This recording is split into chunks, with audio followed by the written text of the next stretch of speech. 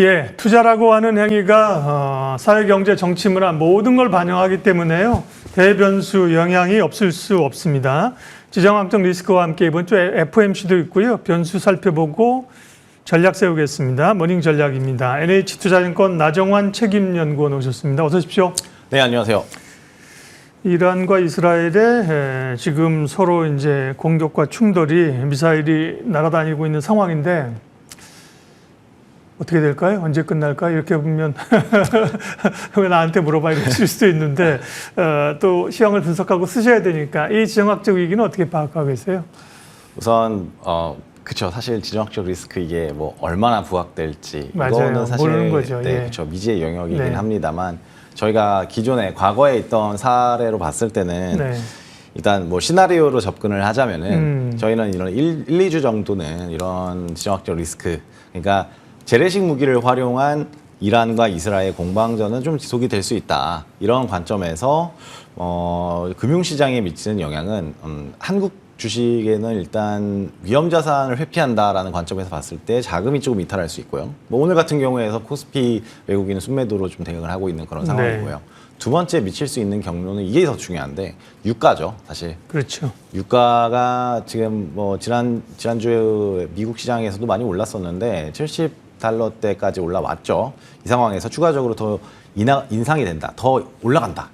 이럴 경우가 있거든요. 사실 이란 같은 경우에는 이제 호르무즈 해협을 약간 실질적으로 컨트롤하고 있는 국가이기 때문에 여기를 봉쇄한다라는 점은 유가의 뭐 상방 저희에서 뭐 80불대뿐만 아니라 100달러에 근접할 수 있는 가능성이 있는 그런 이슈이기 때문에 이게 올라가면은 이제 인플레이션이 유발되고 그렇게 되면 미 연준 입장에서도 금리를 쉽게 내릴 수가 없겠죠. 그런 관점에서는 조금 주식시장이 불리하다 정도로 조금 보시면 될 것 같고 저희가 생각하는 거는 그냥 재래식 무기를 통해서 이런 1, 2주 정도 어느 정도 공방을 이어가다가 이 정도에서 어느 정도 이제 마무리 되겠다. 뭐 최악의 케이스 같은 경우는 이제 뭐 핵무기 얘기 나오고 이러면은 이제 정말 이거는 예상할 수 없는 그런 구간으로 가는 건데 그건 정말 테일 리스크 정도이고 그런 게 아니라면은 기존에도 뭐 몇 번간 이스라엘하고 이란 간에 그런 공방은 있었거든요. 그렇죠. 작년에도 예. 몇 번 있었고 그 정도의 수준에서 좀 멈추지 않을까 정도로 생각을 하고 있습니다. 네. 그리고 이제 과거의 경험을 통해서 말씀하신 것처럼 시나리오별로 좀 설정을 해놓고 대응하는 게 굉장히 이럴 때는 좋은 전략입니다. 다른 이슈로 넘어가겠습니다. 15일에서 17일 캐나다에서 선진 7개국 G7 정상회의가 열립니다. 이재명 대통령이 참석을 하고요. 왜 정상 간의 외교, 특별히 트럼프 대통령을 좀 만날까? 만나면 무슨 얘기가 나올까? 그게 어떤 영향을 줄까가 관심사입니다. 네. 맞습니다. 사실 대화의 주제가 상당히 중요한데 네. 만남의 시간 자체가 이렇게 좀 이렇게 길게 예정이 돼 있는 게 아니다 보니까 그냥 뭐 전반적인 얘기를 하고 조금 넘어갈 것 같고 저희가 네. 관심 있는 거는 미국의 관세 요게 좀 잘 다뤄지면은 좋지 않을까 했는데 이것도 뭐 실질적으로 저희가 뭐 이렇게 개선될 만한 그럴 시간이 없기 때문에 거기에 대해서는 언급 정도일 것 같고 오히려 주식시장 관점에서 봤을 때는 저희는 남북 관계에 대해서 좀 언급이 되지 않을까. 그 전에도 백악관에서는 지금 그 김정은 쪽에 서신받는 거를 조금 우호적으로 개방적으로 생각을 하고 있다라고 네. 언급을 한 바 있습니다. 그러면서 뭐 관련되었던 남북 경협주가 조금 이렇게 강세를 보이는 모습을 보였었는데요. 저희는 그런 모멘텀이 이번 G7 이후에 조금 더 부각이 될 수 있다 정도를 좀 생각을 하고 있습니다. 네. 그리고 현지 시간으로 17, 18일, 우리 시간으로 19일 미국의 FOMC 회의가 열렸는데요. 당초에는 뭐 이번은 뭐 거의 동결이었는데 한 두 번 정도는 내리는 걸로 컨센이 가 있고 혹시나 뭐 지정학적 리스크 이런 것 때문에 또 뭐 인하에 대한 무게감이 높아지지 않을까 이런 기대도 좀 있을까요? 오히려 인하에 대한 기대감이 높아지기보다는 네. 지금은 조금 오히려 동결 기간이 좀 더 이어지지 않을까 하는 그래요? 우려가 조금 더 부각이 되고 있어요. 네. 아무래도 6월달 그리고 7월달 같은 경우에는 지금 인하 가능성이 지금 그 선물 시장에서는 굉장히 높게 반영을 하고 있는 상황이고 내리게 된다면 한 9월 정도에 내리지 않을까 정도로 저희는 생각을 하고 있었는데 네. 최근에 보니까 이란 이스라엘 사태가 터진 이후 유가 자체가 많이 높다 보니까 또 물가를 자극하게 되면 그렇죠. 물가가 네. 좀 자극되다 보니까 그러면은 금리 인하도 이제 못하는 거 아닌가라는 우려가 조금 생기다 보니까 네. 미 연준의 9월달 금리 인하 확률 자체가 거의 뭐 기정사실화 되다가 많이 떨어졌습니다. 거의 98% 정도까지 갔다가 이란 이슈가 터지면서 한 50 몇 %까지 이렇게 떨어졌거든요. 그래서 그런 여파는 조금 좀 있지 않을까. 저희는 그래서 조금 네. 상당히 예상보다는 매파적인 FOMC가 될 수 있겠다 정도로 좀 염두를 해야 될 것 같습니다. 근데 다행스러운 것은 사실은 이런 지정학적 리스크나 위기가 있으면 미국 채권 금리가 튀어오를 수 있는데 미국 채권 금리는 주말에도 보니까 별로 안 튀었네요. 네. 그렇죠. 예. 네. 그런 거는 상대적으로 그죠. 큰 불안감은 아닌 것 같고요. 그렇죠. 맞아요. 네, 예. 자, 그럼 우리 시장에 대한 고민인데 안 그래도 사실은 2,900까지 우리가 정말 쉼없이 달려오지 않았습니까? 조금 쉴 때가 됐다고 생각했는데 안 쉬고 계속 가고. 네. 근데 결국은 생각하지 못했던 대외 악재, 지정학적 리스크로 인해서 조정을 좀 받는 구간입니다. 네. 이런 구간들은 숨고르기 기다리던 조정으로 봐야 될까 아니면 여전히 이제는 좀 새로운 리스크로 좀 위험 관리를 해야 될까요? 매수해야 되는 조정이라고 저희는 글쎄요. 말씀을 좀 네. 드리고 있습니다. 사실 2,900까지 말씀 주신 대로 이렇게 쉼 없이 이렇게 오다 보니까 네. 약간 다들 부담스러워하시는 분들도 계시더라고요. 왜냐면 이제 내가 샀어야 됐는데 이제 조금 조정이 나오면 그때 사야지라는 생각을 갖고 있었는데 막상 조정 나오면 못 사죠. 그렇죠. 그렇죠. 이렇게 조정이 나왔으니까 사실 그래서 이번 이스라엘 이란은 좀 다를 수도 있다. 되게 그렇죠. 더 세게 갈 수 있다라는 그런 심리 때문에 사실 못 사고 있는데 우리가 생각하는 조정은 이런 거 말고 차분한 조정이었어요. 그런데 이렇게 터질 줄 몰랐잖아요. 사실 기다리던 조정이 오면 못 삽니다. 그죠? 예. 못 삽니다. 예. 그래서 과거의 기존의 사례를 봤을 때 네. 이거는 단기적으로 이제 이런 이벤트를 기회 삼아서 차익 실현 매물이 나왔을 때 그렇죠. 그때 이렇게 들어가야 되는 게 맞다 저희는 생각하고 있어가지고 네. 이번 건 좀 매수 대응 전략이 유효하다 정도로 말씀을 예. 좀 드리고 물론 있습니다. 전쟁의 양상이 생각했던 거와 다르게 간다면 좀 전제가 바뀌는 거지만 그죠? 그렇죠. 네. 네. 지금의 시나리오대로 간다고 하면 조정은 매수의 구간이라고 보셨고요.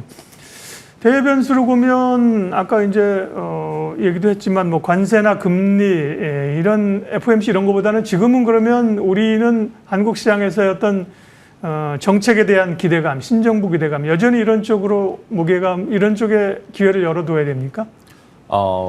그렇다고 생각을 하고 있습니다. 예. 일단 상반기에 가장 중요했던 이슈는 관세 이슈가 맞고요. 그래서 거기에 대해서 대응하는 그런 전략으로는 조선방산 업종이 뭐 그렇죠. 대표적이었고 예. 아니면은 아예 관세를 안 받는 부분이 있잖아요. 뭐 네네. 엔터테인먼트 업종이라든지 뭐 증권업이라든지 이런 업종을 갖고 있었는 상반기에 상당히 잘했는데 관세 이슈가 하반기에 좀 다른 양상을 펼칠 것 같아요. 그러니까 미국하고 중국이 어느 정도 협상을 진행을 했다가 또 협상이 약간 일그러졌다가 또 다시 협상을 했다가 일그러졌다. 이런 이게 긴장과 완화를 반복하는 구간이 이어질 거다라고 생각하는데 요게 2019년도에 일어났던 일이거든요. 그때 당시에도 2018년에 막 이제 무역 전쟁을 막 하다가 2019년도에 이제 협상을 해볼까 하다가 협상이 되다가 말다가 하다가 코로나가 터지면서 이제 이게 종결이 됐었는데 약간 2019년처럼 미국과 중국은 결국 양보할 수 없는 그런 부분에서는 조금 계속 대립각을 세우지 않을까. 특히 미국 입장에서는 AI 반도체 부분을 중국 쪽에 수출하는 걸 좀 꺼려할 테고 중국 입장에서는 히토리 같은 중요한 광물을 이제 미국 쪽에 수출하는 걸 좀 꺼려할 테고 그래서 이런 점에서 봤을 때는 어느 정도는 약간 상수다. 그래서 저희가 이번에 생각해야 되는 거는 새로운 정부 모멘텀 요거에 좀 더 주식시장은 주목을 하지 않을까라고 저희는 조금 생각을 하고 있습니다. 그럼 말씀하신 전략을 근거로 해서 섹터 업종 얘기를 하겠습니다. 다만 정책 관련주들이 말씀하신 쪽이 많이 오른 것 같다. 맞습니다. 투자자들이 보기에 그렇죠. 그렇죠. 그게 이제 단기적이고 큰 흐름을 보면 물론 상승의 초입일 수 있지만 적어도 지금 볼 때는 조금 오른 거예요. 부담감. 그러면 이제 뭐 내수주와 정책주 또 한편에 좀 올라오다가 눌리고 있는 수출주 그죠? 어느 쪽을 주목을 포커스를 좀 갖는 게 좋을까요? 저희는 하반기에는요. 이 정책을 당연히 보는 건데 좀 이렇게 말씀드려요. 더블 엣지 전략이다. 더블 엣지. 그래서 양극단. 그러니까 이번 정책 중에서 가장 중요한 게 상법 개정안 같은 저평가된 주식들을 좀 이렇게 끌어올리는 그렇죠. 정책들이죠. 예. 그래서 저 PBR주, 지주 이런 업종들이 양극단이 있고 또 금리 인하 지금 기대감은 많이 떨어졌지만 금리 인하가 뭐 할 것이다라고 하반기에 예정이 되어 있다 보니까 금리 인하, 할인율 인하에 따른 성장주가 좋다. 그러면서 정부의 그 정책 수혜를 받는 AI 업종, AI 성장주 좋다. 그래서 이렇게 저PBR, AI 성장주 이렇게 양극단을 가져가자라고 좀 말씀을 드리고 있어서 지금 뭐 지주 업종, 뭐 저PBR 업종이 좀 많이 올랐긴 했는데요. 여기에서 계속 그 숨고르기 한 이후에는 계속 옥석가리기 식으로 좀 이게 괜찮은 지주 업종을 위주로 좀 많이 올릴 거고 AI에 대한 기대감은 많이 없었다가 조금씩 생겨나고 있어요. 오늘도 보니까 뭐 AI 새로운 이제 정부 인사가 책정이 되면서 관련해서 네이버가 좀 오르기도 하잖아요. 그런 관점에서 봤을 때 AI에 대한 정책은 계속 나올 거거든요. 그런 관점에서 AI 소프트웨어 업종은 계속 이제부터 봐야 된다라고 저희는 조금 말씀을 드리고 있습니다. 보통 이제 성장주냐 가치주냐 어느 쪽이냐 이렇게 고르는 선택 앞에 많이 기로했었는데 그죠? 극단으로 밸류에 있는 가치주가 또 부각되고 성장주 단에서 AI 모멘텀으로 또 갈 수 있다고 하셨습니다. 네. 이번 주 쭉 얘기했는데 그 챙겨야 될 이슈 좀 한번 다시 한번 정리해 주세요. 밸류에 따라서. 네, 이번 주 이슈가 좀 많습니다. G7이 우선 예정이 되었고요. 그 다음에 FMC 그리고 이런 와중에 이스라엘하고 이란의 그런 공방 사태 이런 여러 가지 이제 대외적인 이벤트가 벌어지고 있는데요. 여기에서 뭐 사실 가장 중요한 거는 이 중동 이벤트가 언제 좀 사그라드느냐 이게 가장 큰 이슈다라고 생각을 하고 있어요. 그래서 이란 측에서는 이제 이스라엘이 공격을 멈추면 우리도 멈추겠다라고 하는 조금 이렇게 진정하는 그런 발언을 했었는데 이런 국면이 좀 이어져서 좀 이런 그 공방 사태가 좀 멈춘다 하면 이제 유가도 다시 조금 더 내려오면서 안정화 될 거고요. 그러면서 금리도 같이 좀 하향 안정화 되면은 주가는 그때는 다시 이 내부적인 모멘텀 한국의 고유 정책적인 모멘텀에 다시 집중할 거다라고 생각을 하고 있어서 일단은 이런 이스라엘 사태가 조금 진정되는 걸 가장 먼저 봐야 된다라고 말씀을 좀 드리고 싶습니다. 지금 앞서 우리가 이제 2,900을 넘어서서 사실 가볍게 넘었습니다. 2,800, 2,900, 2,900 한 우리가 이 시까지 갔었나요? 네. 그러면 이제 NH에서는 하반기에 위를 어느 정도 지금 지수를 좀 열어놓으시고 있나요? 네. 저희 같은 경우는 하반기 전망에 상단이 3,000입니다. 3,000인데 그 기준을 세웠던 게 보면 결국 선행 PBR 기준으로 한 1배 정도거든요. 그거를 이제 숫자를 정확히 꼽자면은 한 3,070 정도.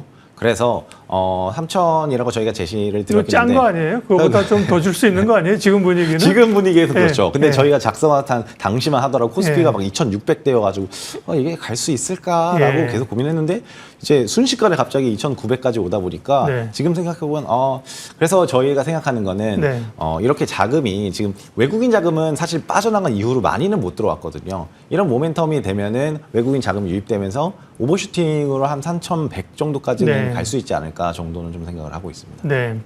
그리고 우리가 뭐 주지의 사실이지만 뭐 지수가 오른다고 내 종목이 다 오르는 건 아니다, 그죠? 핵심적인 말씀하신 쪽으로 집중하면서 이렇게 아이디어를 그죠? 상상력이 좋아야 되잖아요. 투자 상상력을 발휘해서 오늘은 이제 더블 엣지 전략이라는 게 굉장히 엣지 있는 포인트였어요. NH투자증권 나정환 책임연구원 전략 함께 세웠습니다. 고맙습니다. 감사합니다.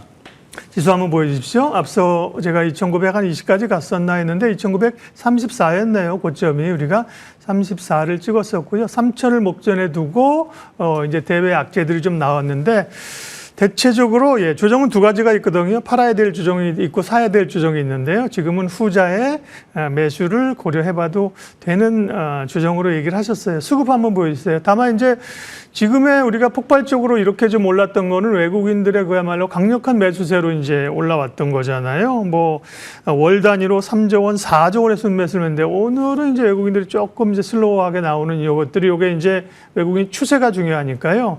이게 하루 이틀에 끝나는 건지 아닌지 이걸 조금 더 확인해 볼 필요는 있겠습니다. 네.